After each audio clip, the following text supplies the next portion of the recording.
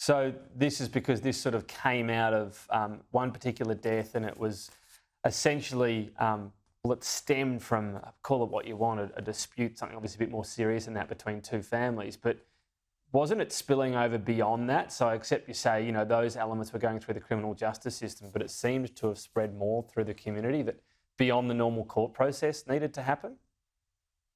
Yeah, I think you're right. There was two precipitating events. There was obviously a horrific car accident that happened a couple of days ago, and then that was followed with the scenes that we saw at the Todd Tavern. So both of those events happened.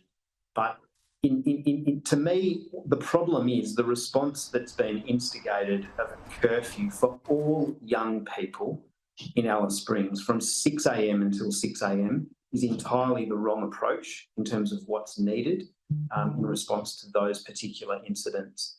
What is needed is responses that are developed in consultation with the Aboriginal community, with Aboriginal community-controlled organisations, and to look at the evidence of what works, because all of the evidence shows that youth curfews do not work. There is nowhere in the world that has said that a youth curfew is effective. It just criminalises young people. It ensnares young people in the justice system, and that's just not what we need in a place like Alice Springs, where the rates of Aboriginal people in jail and youth detention are already off the charts.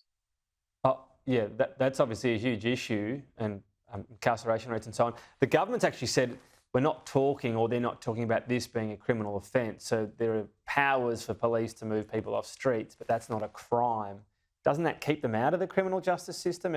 I understand they could be detained, and I'm not downplaying that could be, you know, an unwelcome experience for someone, to say the least, but they're not then tried, they're not going through the system. Isn't there a difference between the two?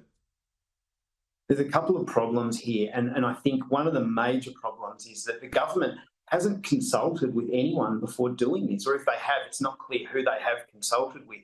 The instrument that police will be relying upon hasn't been released. We haven't seen what this is, what these emergency powers actually are.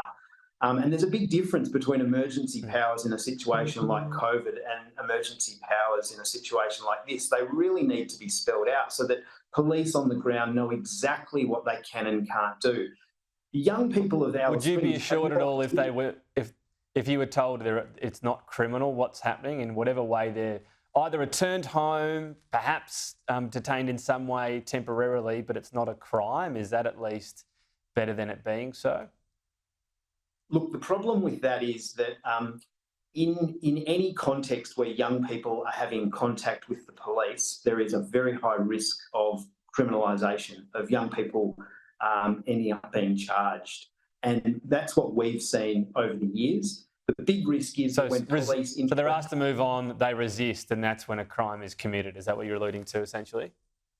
Yeah, that's right. So police have that interaction with the young person, and then if the young person doesn't want to comply with what they're being asked to do, then things can escalate very quickly. So it could be disorderly conduct or resist arrest or an assault on police that can very quickly escalate from that initial interaction. And the big risk is if the police powers aren't clearly defined to start with, which, as I say, is a very real issue in this scenario, then the police don't have that certainty. And the young people themselves don't have that knowledge of what they can and can't do in a very vulnerable situation when they're interacting with police.